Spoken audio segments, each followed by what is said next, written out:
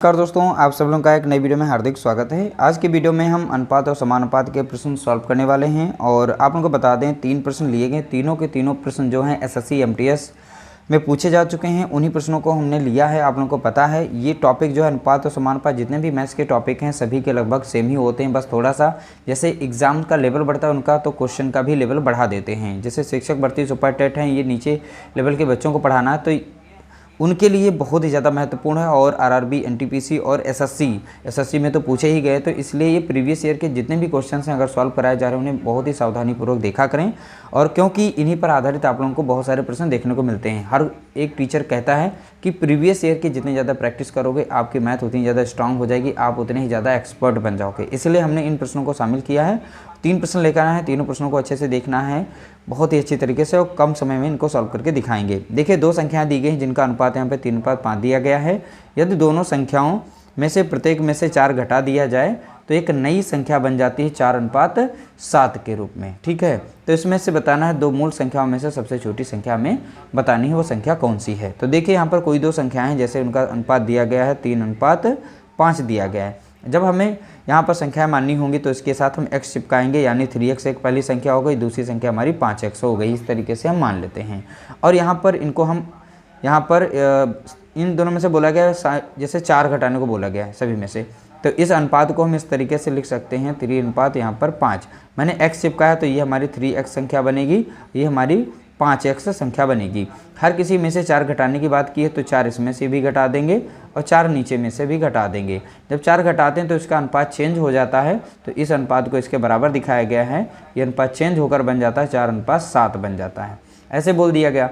तो यहाँ पर इन दोनों को हम क्रॉस में यहाँ पर गुणा करने वाले हैं। ठीक है, यहाँ पे 7 से गुणा करेंगे तो 7 यहाँ कितना हो जाएगा 21 हो जाएगा और x लग जाएगा और 7 चौके कितना हो जाएगा तो देखेंगे यहाँ पर 28 आ रहा है। अब क्रॉस यहाँ पे गुणा करेंगे तो 4 पंचे कितना हो जाएगा, पहली बार इसमें करेंगे 4 पंचे 20x हो जाएगा, 4 चौके कितना हो जाएगा तो यहाँ पे देख रहे हैं 16 हो गया।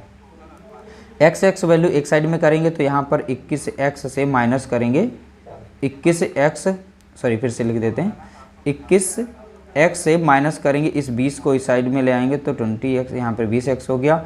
अब देखेंगे बराबर के साइड में प्लस में दिया गया है ये 16, तो यहाँ पर सॉरी माइनस में दिया गया तो माइनस में 16 लिखेंगे और यहाँ पर माइनस में दिए इक्वल के इस साइड में, तो इधर जाएगी तो ये प्लस में हो जाएगी, यानी प्लस का हो जाएगा कितना 28 हो जाएगा।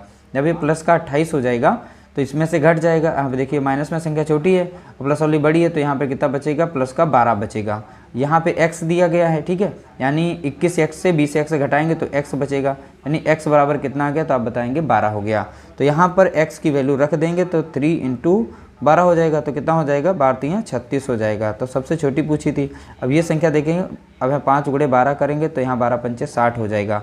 तो इन दोनों में सबसे कम जिसका अनुपात होता है संख्या भी वही छोटी होती है, यानी 36 इसका राइट आंसर हो जाएगा। तो ऑप्शन डी यहाँ पर इसका करेक्ट आंसर हो जाएगा। अगला प्रश्न दिया गया, यहाँ पे 2400 होगा, यानी 2 जीरो लगा लीजिएगा।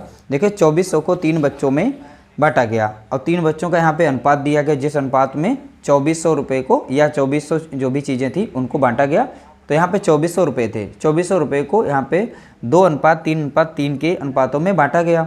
तो सबसे कम हिस्सा किसको मिला? देखिए एक लाइन का आंसर है, तो जितना भी अनुपात दिया जाए, जब भी इस तरीके से प्रश्न पूछा जाए तो जितना भी अनुपात हो सभी को जोड़ लो। तो 3 दूना 6, 3 3 6 हो गए, 2 8, तो नहीं 8 यहाँ पर टोटल अनुपात है। और कुल अनुपात का मान यहाँ पे कितना दिया गया, यानी 2400 रुपये बांटने हैं, तो 2400 दिया गया, तो 1 यूनिट का मान कितना हो जाएगा, तो 2400 को भाग दे देंगे यहाँ पर कितने से, 8 से, तो 8 तियाँ यानी आ जाएगा यहाँ पर 300, तो 1 यूनिट बराबर कितना हो गया 300।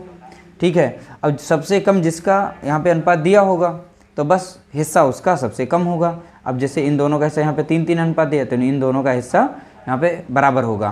तो यहाँ पर पहले वाले का दिया गया हिस्सा 2, यानी अनुपात 2 दिया गया, तो इसका हिस्सा कम होगा, तो 2 यूनिट का मान निकालेंगे तो कितना हो जाएगा, तो 2 × 300 हो जाएगा, तो कितना मिल जाएगा हमें 600 मिल जाएगा।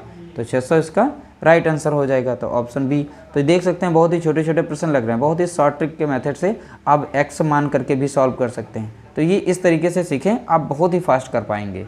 अगला प्रश्न दिया गया, यदि यहाँ पे दिया गया है, देखिए जब भी इस तरीके से प्रश्न आए तो देखिए बाह्य पदों का गुणनफल करना है आंतरिक।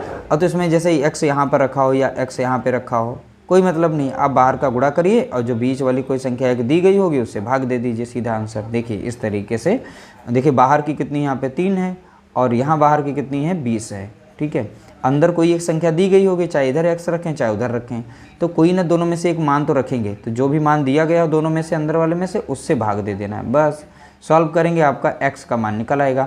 लेकिन इसका बाह्य पदों का योग, इस देखिए सिंपल सा इसका तरीका होता है, बाह्य पदों का गुणनफल बराबर होता है आंतरिक फल के गुणनफल के।